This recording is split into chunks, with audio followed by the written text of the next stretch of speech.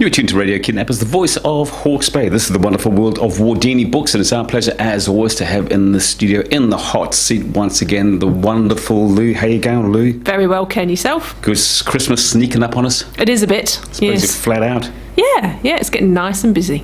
Books are great gifts. I would always love to receive a book myself, but are they still a big gift? Yeah. Some people will come in and do their entire Christmas shop and will gift wrap it and away they go, and they've got one book for everyone and it's sorted. Now we're going to digress just slightly before we get to our 4 good books this week, but I see you had a bit of a promotion on Facebook where you had books wrapped up in brown paper. That's great. What a good idea. Blind date with a book. Right. Blind date with a book. Did that go down well? We sold all of them because it was Carnival Day in Havelock on Saturday, and so we put a few into Napier, but it was mostly about Carnival Day, just to do something fun. And they all went. Awesome. Were there any good ones in, or we just getting rid of all the old stuff? They were all really good books, actually. Anyway, Wardini Books have got 2 stores, one in Tomato Road in Havelock North. Yes. And one in Hastings Street in Napier. Thanks for helping me out there with the addresses.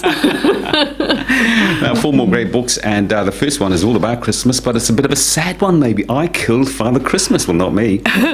It's by Anthony McGowan, and it's illustrated by Chris Riddell, who's a very distinctive style of illustrator. He was a children's laureate. He writes as well in the UK. But this one does sound terrible, I Killed Father Christmas, and it does start off quite sadly because little Jojo is lying in bed and he's listening to his parents arguing. And they're arguing, and it's obviously about money, and he feels bad because he put all these things on his Christmas list. And one of the parents screams, "You've killed Christmas!" And you can just see how it's going down. And Jojo thinks, oh no, that was actually me. You know how kids take on all the guilt sometimes? That was me. And if I've killed Christmas, I've killed Father Christmas. And then it's about him trying to make amends, just locally. He wants to go through his street and make sure that if he's killed Father Christmas and Father Christmas isn't coming, those children and the old lonely bloke at the end of the road will get something, for Christmas. So it's about community and about a little boy just seeing where the issues are.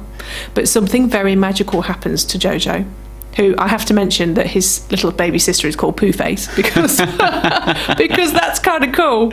Also called Margaret or something, I don't know. But the illustrations, when you get to the magical parts, are quite stunning because, no spoilers or anything, but look at those, just the magic coming out marvellous, of isn't it? Fingertips and snaking across the page and just being rather wonderful. So happy ending. Great story with a good moral in there, perhaps. And I should mention that I've put sort of you could go anywhere between 5 to 8 on this because it's dyslexia-friendly font, and the gauge of the paper and the shading of the paper is so that it is, and the wide margins are so that it's easier to read if you're dyslexic.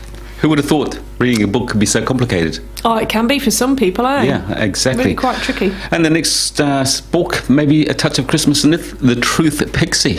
It looks like a Christmassy book, but Christmas isn't necessarily mentioned in this one, but it's still got a bit of magic. So this is by Matt Haig, who writes wonderful books for children and adults about what it is to be human, really, and sorting out who you are. And in this one, the little Truth Pixie, all she can tell is the truth.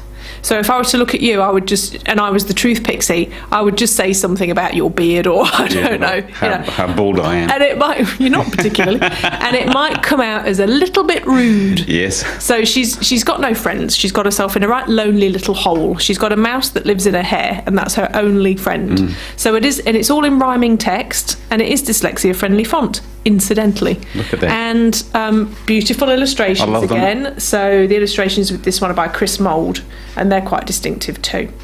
And it's about her going through on her adventures. She's out and about, and she manages to offend a massive troll, and she manages to offend all sorts of other people until she finds this little girl who just needs someone in her life at this particular time, and so does the Truth Pixie. So it's about friendship, really. We all need a friend. And being who you are. Indeed. You're listening to Radio Kidnappers, the voice of Hawke's Bay. This is the wonderful world of Wardini books. As always, at this time, we review Lou does, reviews 4 fabulous books. And the next one is called Real Pigeons Fight Crime. It's by Andrew MacDonald and Ben Wood, and this is so much fun.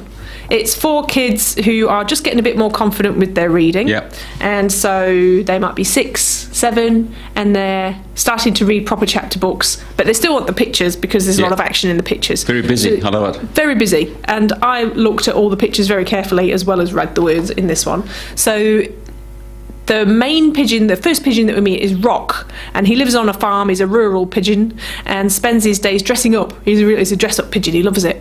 And word has got out about this, and the mysterious Grand Pouter pigeon turns up and says, "You might be useful for my crime-fighting squad because you're a master of disguise." Yeah. So he goes into the city. He's not sure how he feels about that. He just goes for a trial run in the city, and the problem that they've got is that there are no breadcrumbs in the park. This is very unusual. So they're investigating why there are no breadcrumbs in the park, and they have meetings in the bin, and they meet all sorts of weird and wonderful creatures, and it is just a heap of fun. They are excellent crime-fighting pigeons. And who is it targeted at? What age group?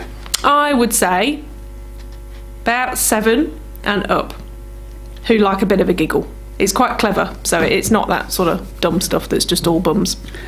Nothing wrong with that, though. Nothing wrong with bums. Now, the last book is called The Single Ladies of the Jacaranda Retirement Village. Sounds like an English film, doesn't it? It does, but it's Australian. Oh, is it really? It's set in Look at Australia. that Jacaranda, I suppose, of course. Yeah.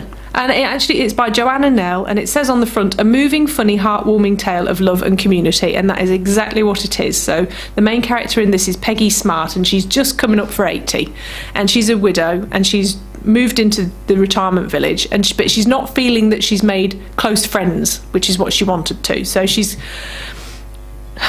how do you put it politely? She's sitting there waiting for the end, really. All right, waiting for God. Yeah, exactly. Yeah.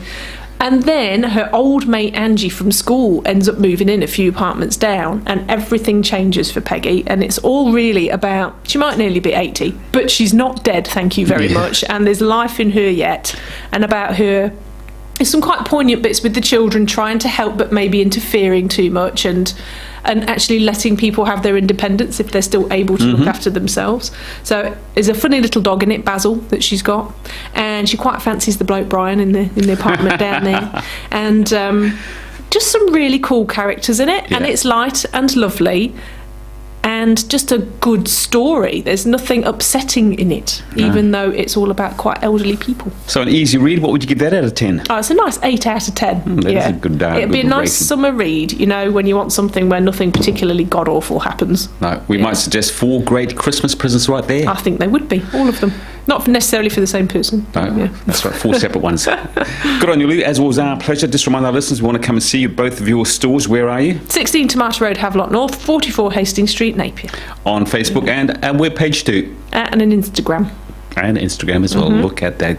Talk to you same time, same place next week. All right. Cheers, Ken.